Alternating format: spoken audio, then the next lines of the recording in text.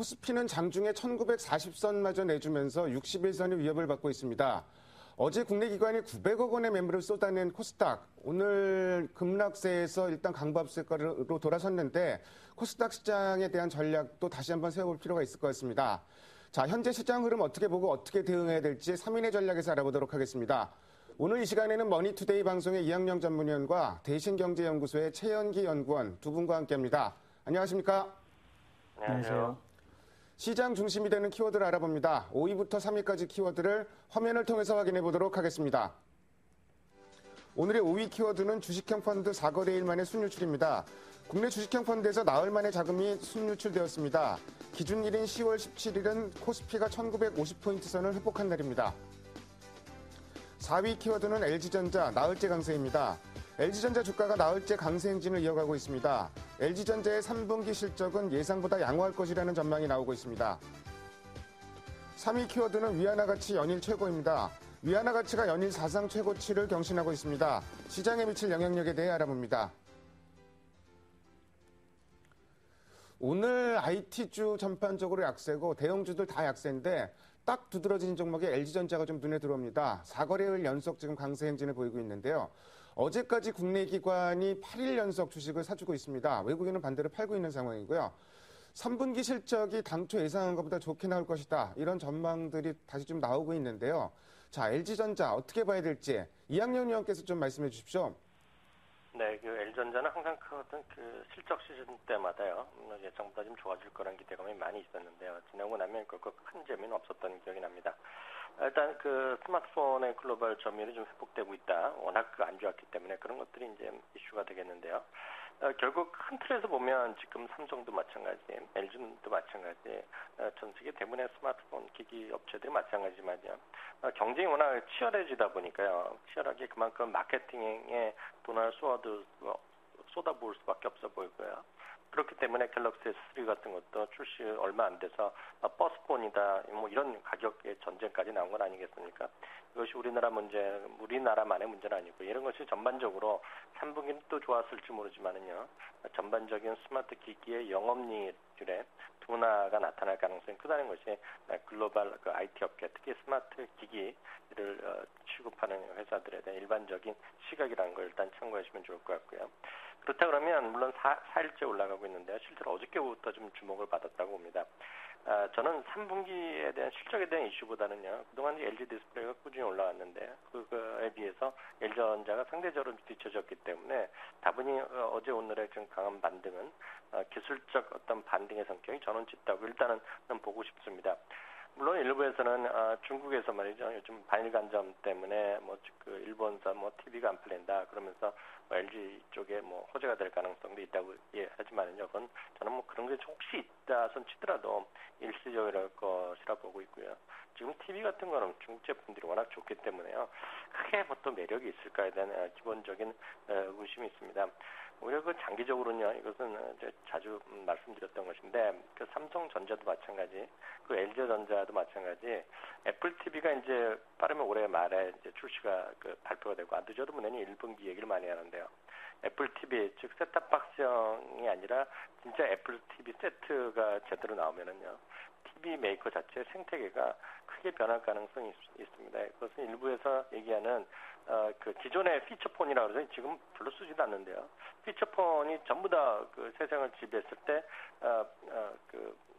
블랙베리가 나오고요. 그 다음에 애플 컴퓨터 아이폰이 나왔을 때 생태계가 변했던 것 같은 충격을 줄 가능성이 있다는 것이 일부의 또 시각입니다. 그런 관점에서 본다 그러면 LG전자는 아직까지는 저는 그렇습니다. 기술적 반등으로 이해를 하고 싶고요.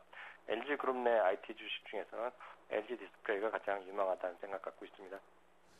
LG전자 지금 4일 올라오고 있는데 실적 모멘텀보다는 오히려 LG 디스플레이가 최근에 상당히 좀 많이 올랐는데 상대 가격 측면에서의 좀 기술적 반등이다. 좀 이렇게 보시는 것 같고요. 역시 LG그룹 내에서는 LG 디스플레이가 최선호주다. 이런 부분 다시 한번 강조를 해주셨습니다. 자, 위안화 가치 얘기 좀 해보죠. 위안화 가치가 연일 사상 최고치를 경신을 하고 있습니다. 그러니까 위안화 환율이 계속 떨어지고 있는데 요새 보면은 중국 당국에서 조금 용인을 하는 분위기인 것 같기도 하고 어제 중국의 3분기 GDP 성장률 발표됐는데 글쎄요. 아주 그 희망적인 해석 일색입니다. 4분기에는 반드시 좋아질 것이다. 3분기보다는 적어도 4분기는 낫지 않겠냐. 뭐 이런 얘기들이 거의 뭐 본물을 이루고 있습니다. 과연 그렇게 봐도 되는 건지 최현기 연구원께서 좀 말씀해 주십시오.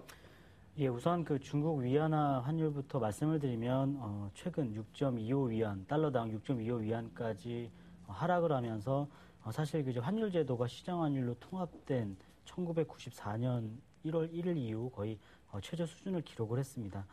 1994년 이전의 어떤 환율은 그 중국의 경제 펀더멘탈을 반영하지 않았기 때문에 궁극적으로는 거의 역사적 최고 수준에까지 위안화 가치가 올랐다고 보시면 될 것 같습니다. 이처럼 그 위안화의 강세가 나타나게 된 배경에는 우선 그 미 연준의 3차 양적 완화 정책에 따른 어떤 달러 유동성, 풍부한 달러 유동성에 따른 어떤 신흥국의 전반적인 강세의 영향으로 좀 볼 수 있겠고요. 또 하나는 이제 11월 그 미국 대선을 앞두고 이제 그 중국과의 어떤 무역과 관련된 마찰이라든가 어떤 환율과 같은 갈등 이런 거를 좀 이전에 어떤 갈등 소지를 좀 피해가고자 하는 어떤 정부의 의도도 좀 내포되어 있는 것으로 좀 보여지고 있습니다. 다만 이제 현재와 같은 속도로 위안화가 절상화되지는 않을 것으로 보고 있는데요. 홍콩의 그 역외환율 시장에서의 어떤 그 위안화 NDF 환율을 보면 6.4 위안 이상에서 지금 거래가 되고 있는 상황입니다. 궁극적으로는 1년 이후에는 위안화의 약세를 베팅하고 있는 시장 참가자들이 많다는 의미가 되겠는데요. 그렇다고 봤을 때는 중국 위안화 환율은 일정한 범위, 6.28에서 6.38 사이에 어떤 일정한 박스권에서 절상과 절하를 좀 반복할 가능성이 높다라고 보고 있습니다. 이제 중국 경기 얘기를 좀 해보면요. 3, 4분기 GDP 성장률이 물론 7분기 연속 하락하면서 7.4% 증가에 그쳤지만요. 시장 예상치에 부합을 했고 또 GDP 성장률과 더불어 나왔던 9월달 실물경제 지표가 모두 호전되는 모습을 보이면서 궁극적으로는 중국 경기가 3, 4분기에 좀 저점을 형성하고 4, 4분기서부터는 좀 완만한 반등세를 기록하지 않겠냐는 시장의 기대감이 높아지고 있는 상황입니다. 실질적으로 어떤 산업 생산이라든가 소매 판매 또 그 도시 고정자산 투자 증가율들을 보면 전월 대비 개선된 것을 비롯해서 어떤 또 그 인민은행에서 물론 그 통화긴축 완화 조치를 취하진 않지만 계속적으로 역 RP 매입을 하면서 유동성을 공급하고 있는 상황이거든요. 그렇기 때문에 이런 것들이 가미됐을 때는 중국의 4, 4분기 반등 가능성은 높다라고 보고 있고요. 물론 연간으로 봤을 때 중국 정부가 추진했던 어떤 바오바 8%대 연간 성장률을 하회하겠지만요. 7.5% 정부가 목표로 한 7.5%를 충분히 상회할 가능성이 높다라고 지금 보고 있습니다. 위안화 같은 경우는 뭐 최근에 좀 빠르게 절상이 됐는데 적어도 뭐 절상 속도는 조절이 될 가능성이 있고 뭐 당분간 박스권 안에서 움직일 가능성이 많다 이런 말씀을 주셨고요. 중국 경제 어쨌든 뭐 9월 지표가 좀 나쁘지 않게 나왔기 때문에 사실은 뭐 2분기 바닥이고 3분기 돌아섰을 것이다 뭐 이런 얘기가 나오면서 점점 그게 경기 상황이 점점 나빠지는 게 아닌가 뭐 이런 얘기들도 좀 돌았었는데 일단 9월 지표가 긍정적으로 나왔기 때문에 그 부분은 좀 긍정적으로 볼 필요도 있을 것 같습니다. 참고로 상해 증시는 어저께 GDP 성장률 발표 이후에 좀 상승폭을 키웠었고 오늘은 약보합 정도 그러니까 뭐 안정적으로 움직인다고 봐도 될 것 같습니다. 다음으로 오늘의 2위 키워드를 화면을 통해서 확인해 보도록 하겠습니다. 오늘의 2위 키워드는 구글 실적 부진입니다. 구글이 해프닝이 있었습니다. 장 마감 이후에 실적을 발표하기로 했었는데 장중에 이제 발표를 해갖고 그 시장을 많이 좀 끌어내리는 나스닥 지수는 그래서 1%가 하락을 했습니다. 자, 구글이라는 회사, 다른 IT주도 많겠지만 어떤 상징성이 있는 회사이기 때문에 구글 실적이 부진이 좀 시장에 좀 부담으로 작용하지 않을지 이 부분도 좀 생각을 해봐야 될 것 같고요. 오늘 우리나라 포털업체 같은 경우는 다음 같은 회사가 오버추어와 결별했다는 얘기로 지금 주가가 급락을 하고 있습니다. 국내 포털업체는 또 어떻게 대응해야 될지 두 부분 엮어서 이학영 의원께서 좀 말씀해 주십시오. 네, 일단 그 구글이 오늘 실적을 상당히 부진하게 발표했죠. 매출도 부진했고요. 생각보다 안 좋았고요. 이익도 그 컨센서스에 부합을 하지 못하면서 주가가 이제 장중에 8% 이상의 주가가 이제 한마디로 뭐 폭락했다 이렇게 표현하시면 표현 드리는 것이 맞을 것 같은데요. 도대체 왜 이렇게 빠졌는지, 왜 이렇게 실적이 둔화되는지에 대해서 명확한 이해가 필요합니다. 이게 단순한 건지 아니면 좀 추세적인 건지를 이해하셔야 되는데요. 정확하게 말씀드릴 수 있는 것은 이제 구글이나 우리나라 뭐 네이버나 다음 다 마찬가지가 되겠는데요. 결국 그 인터넷을 통해서 그 화면에 들어가서 사이트에 들어가서 여러 가지 클릭을 통해서 어떤 어떤 그 광고주에 대한 그 사이트에 들어감으로 인해서요. 그거에 대해서 계산합니다. 그것이 흔히 해서 종량제 광고라고 그러죠. 그래서 한 달에 몇 건이나 또 클릭했냐. 이걸 갖고 나중에 광고료를 책정하고 이런 거 아니겠습니까? 그걸 이제 코스트 퍼 클릭이라고 해갖고요. 우리나라 말로 이제 종량제 광고라고 하는데요. 이것이 문제입니다. 왜냐하면 이것이 지금 4분기 연속으로 이제 감소를 했다는 겁니다. 종량 건수 자체가요. 근데 그 전에는 어땠냐면 8분기 연속 고속 성장을 했는데요. 이게 왜 줄었느냐가 정말 중요한데요. 그것은 기존에는 불과 1년 전, 2년 전만 하더라도요. 대부분의 미국도 마찬가지입니다. 우리 한국도 마찬가지, 캐나다도 마찬가지, 유럽도 마찬가지일 텐데요. 대부분의 이런 클릭을 하는 것이 어디서 이루어졌냐면 PC에서 인터넷을 통해서 들어갔죠. 그렇기 때문에 티켓 화면도 크니까요. 광고들 들어가기도 쉽죠. 여러 가지 눌러볼 수 있고요. 심심해서 볼 수도 있고 궁금해서 볼 수도 있는데요. 문제는 인터넷 사용 시간이 지금 절대적으로 PC에서 사용하는 인터넷 시간이 줄어들었다는 것이 중요한 포인트가 되겠습니다. 상대적으로 그럼 인터넷 보는 시간 전체 줄었느냐? 그건 아니죠. 뭐를 갖고 보냐는 것인데 이제는 스마트폰이나 태블릿 PC 이런 걸 갖고 흔히 얘기해서 모바일 기기를 갖고 그것들을 본다는 거죠. 어떻게 되겠습니까? 시청자분들 생각하시면 될 텐데요. 화면이 작으니까요. 하나 찍어서 광고를 들어가더라도 속 크게 시원시원하게 보이는 게 아니라 조그맣게 보이다 보니까요. 쉽게 얘기해서요. 광고 보는 횟수 자체가 줄어들었다는 겁니다. 광고 보는 횟수 자체가.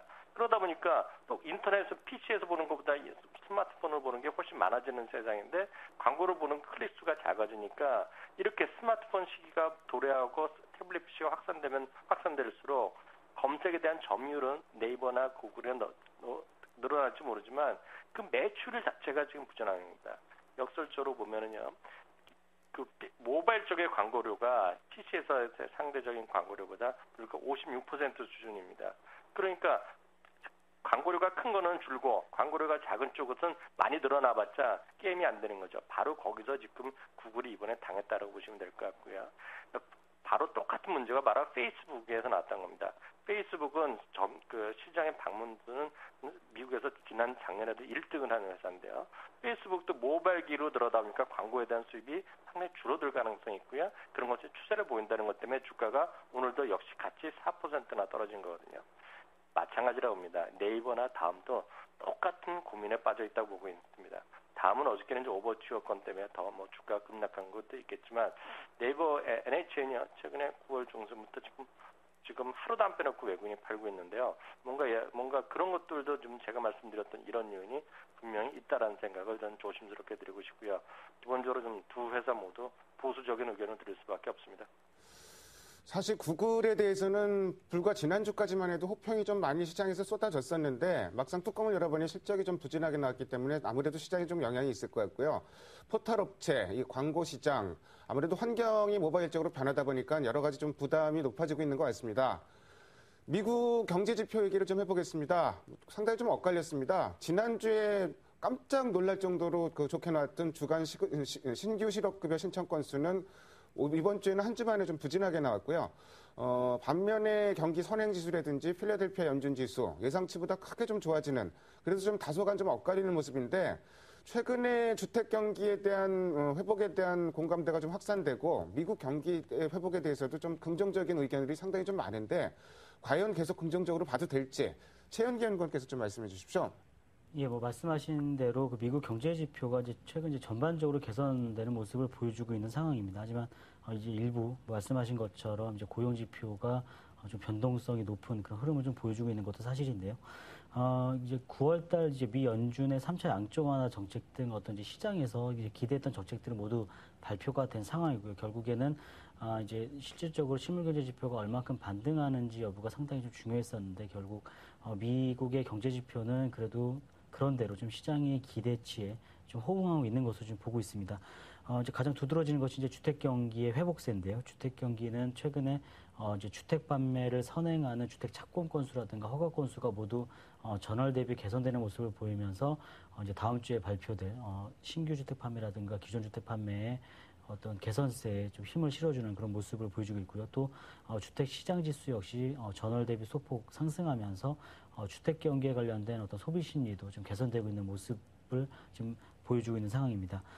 주택 경기 개선으로 인해서 이제 그간 그 주택 시장의 어떤 침체로 인해서 가계의 좀 디레버리징 과정이 상당히 좀 많이 이루어졌었는데요. 이러한 그 주택 경기 회복으로 인해서 가계의 그 디레버리징이 좀 이전보다 완화될 수 있다라는 기대감, 또 여기에 최근에 그 소비 심리, 어떤 소비 체감 지표가 상승하고 있다라는 점, 이런 것들을 감안했을 때 연말로 갈수록 미국의 소비 활동이 좀 개선되면서 궁극적으로 4, 4분기에 그 미국 경제 성장률을 좀 어느 정도 제고하는 역할을 하지 않을까라고 좀 보고 있습니다. 한 가지 말씀드릴 거는 이제 어제 그 주간 신규 실업수당 청구 건수가 발표가 됐는데요. 물론 그 전주에 상당히 그 논란의 여지가 많았습니다. 결론적으로는 이제 그 부분을 반영하면서 다시 4개월 내 지금 최고 수준인 38만 8천 명을 기록을 하면서 다소 좀 변동성이 높은 흐름을 보여줬거든요. 근데 고용 시장은 좀 회복세는 지속이 되겠지만 계속적으로 또 월간 신규 고용이 20만 명 이상으로 증가하거나 실업률이 꾸준히 0.12%포인트 감소하거나 이런 빠른 회복 속도는 좀 당분간은 좀 보이기는 좀 어렵지 않겠느냐. 하지만 10만 명 이상의 어떤 꾸준한 증가세는 계속적으로 좀 기록하지 않을까라고 좀 예상을 하고 있습니다. 미국의 지표 전반적으로 좀 엇갈리고 있는 건 사실인데, 뭐 소비재지 생산, 또 어제 발표된 뭐 제조업 지표, 일단은 뭐 긍정적인 측면이 특히 강하고, 주택 관련 지표들은 분명히 좀 긍정적으로 나오는 건 틀림없는 것 같습니다. 고용 지표는 아직까지는 좀 확신하기는 좀 어려운 단계인 것 같은데, 뭐 참고로 이제 뭐 고용 지표 중에서 취업자 수 같은 경우는 경기에 동행하는 지표고, 실업률 같은 경우는 경기에 후행하는 지표이기 때문에 그런 부분도 좀 참고할 필요는 있을 것 같습니다. 다음으로 오늘의 1위 키워드를 화면을 통해서 확인해 보도록 하겠습니다. 오늘의 1위 키워드는 장중 1940포인트 선 붕괴입니다. 시장이 너무나 좀 무기력합니다. 다시 좀 올라가는 듯 싶더니 위가 탁 막힌 상태에서 다시 좀 미끄러지는 양상이라서 좀 너무 좀 흐름이 무기력한 게 아닌가 좀 이런 생각이 들고요. 코스닥 시장 어저께 국내 기관이 900억 원의 매물을 쏟아냈는데 오늘은 급락하다가 외국인들이 순매도에서 순매수로 급작스럽게 돌아서면서 강보합까지 돌아섰습니다. 그렇지만 뭐 이전과 같은 뭐 활발한 뭐 코스닥의 움직임이 나타나기를 기대하는 것은 조금 이른 감이 있는 것 같고요. 이런 부분과 이제 대응 전략 같이 엮어서 이학영 의원께서 좀 말씀해 주십시오. 네, 그 시장이 어떤 그 방향성을 잘 잡지 못하고 있고요. 큰 재미가 없는 것은 아마 미국 시장 때문에 그러하리라고 봅니다. 미국 시장에 대해서 잠시 더 언급을 해드리면은요. 지금까지 S&P 500 기준을 보면 약 3분의 1 기업이 실적을 발표했거든요. 이익은 한 65% 정도가 맞췄습니다. 근데 문제는 어떤 경기가 정말 바닥에서 회복이 되려고 그러면 이익은 좀 천천히 가더라도 매출이 늘어나는 것이, 외형이 좀 늘어나는 것이 핵심 중에 핵심이 되겠는데요. 불과 42% 정도만이 지금 외형을 좀 맞추고 있습니다. 그것도 낮춰진 기준을 그나마 부합시킨 것이 40%밖에 안 된다는 얘기인데요. 평균적으로 보면 여태까지 한 65%에서 62% 정도가 맞춰왔던 것이 상례고요. 지난 분기도 정말 안 좋았다는 것이 44%였는데요. 이번에 그것보다도 못합니다. 그러다 보니까 중요한 것은 미국의 투자 전략가나 애널리스트들이요.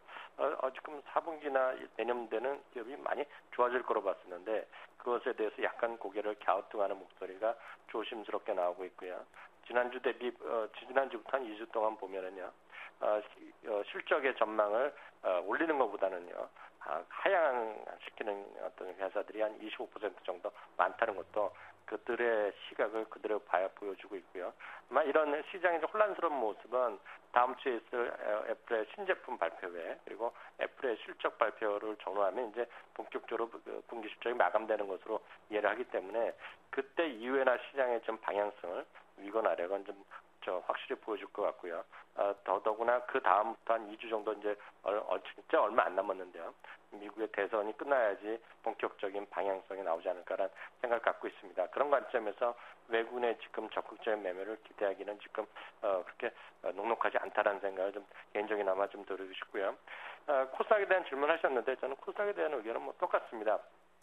그나마 오늘 좀 반등을 할 때는요. 우리 시청자분들 체크하셔야 될 것이 업종별로 좀 먼저 좀 턴하는 것들이 분명히 있을 겁니다. 뭐 카지노 주식도 있을 것이고요. IT 주식 같은 경우에서 뭐 인터플렉스 같은 경우가 오늘 다시 7% 정도 급등을 하는 모습들 이렇게 눈에 띄는 것들이 탁탁 있는데요. 이런 것들이 아마 시장에서 그나마 언제라도 코스닥 주식 시장에서 좀 이끌어갈 만한 것들이죠.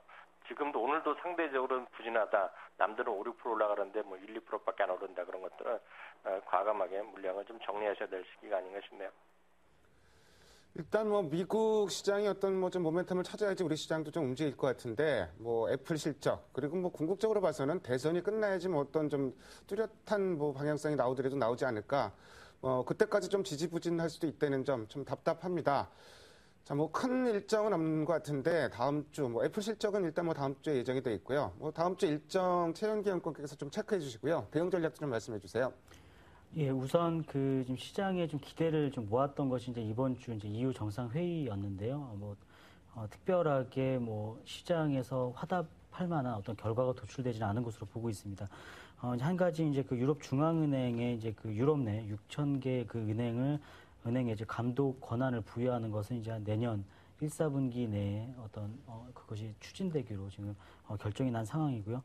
다만 이제 그 시장에서 기대했던 어떤 재정 동맹이라든가 은행 연합과 같은 문제에 있어서는 독일과 프랑스가 여전히 해법 도출에 있어서 좀 상이한 입장을 가지고 있기 때문에 좀 협의가 좀 안 된 상황입니다. 따라서 물론 스페인의 전면적인 구제금융과 같은 불확실성이 여전히 남아있을 가능성이 높고요.